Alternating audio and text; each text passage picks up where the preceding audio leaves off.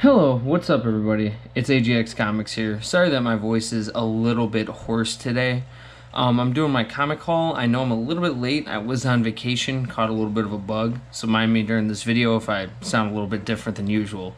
But not a big haul for this week, but definitely decent and with some interesting books for sure. So, without further ado, let's talk about this one really quick. So, the first one out of all of the Night Terrors spin-off, I wouldn't even call them spin-offs, more like one shot or two shots, I guess, right? These little blurbs that are kind of side stories that kind of don't really play into the big picture of everything, but more or less kind of just, roll into, the theming of the event of Night Terrors. The Batman one is hands down the best one. For sure. I mean, I'll argue anyone on that point. I mean, obviously everything is subjective to whatever you like, but this one has definitely got the coolest artwork that definitely portrays the horror-esque of what this event should be, in my opinion. And, I mean, it's freaking cool. Like, the Bat Demon, come on. If you don't like that first issue, I highly recommend you pick it up. Just because, the art is so good in this book.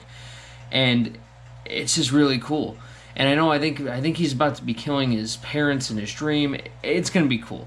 But anyway, that's why I picked this one up. And this is probably, other than Superman, I'm probably gonna get, and maybe the Green Lantern #2.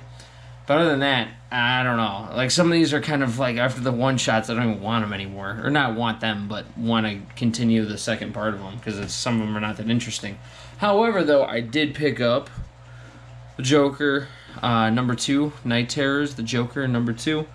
And what I could say about this one is it's really interesting to think that his worst nightmare, right? Because all these books are basically the worst nightmare of that character, whether it be a villain or whether it be a hero. And in this case, for the Joker, his worst nightmare is Batman being killed and he joins Wayne Enterprises.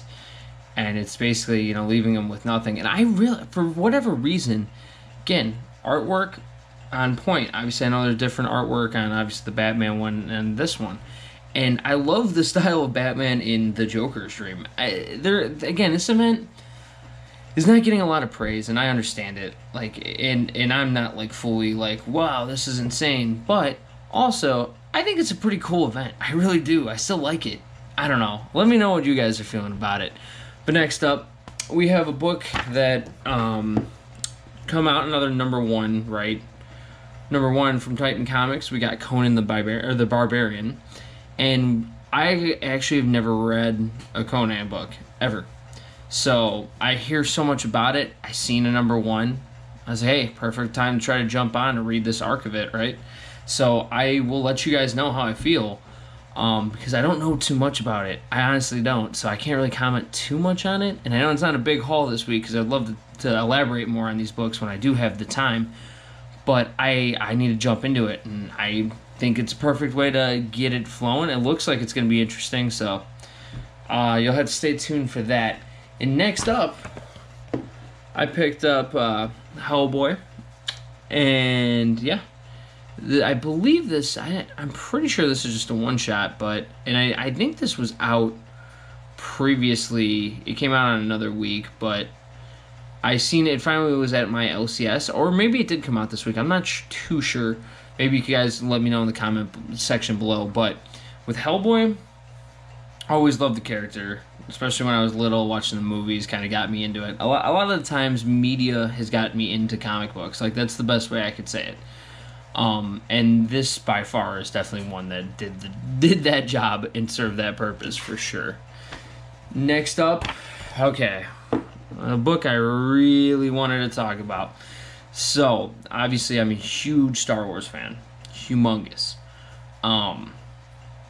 However, they really, those one-off comics have really kind of sucked in my opinion. And I said I was gonna stop buying them. And I am reading the Vader series. Dr. Aphra, I'm not reading that series. I did stop the Bounty Hunter series because it just wasn't it. I know all of it's kind of tying in.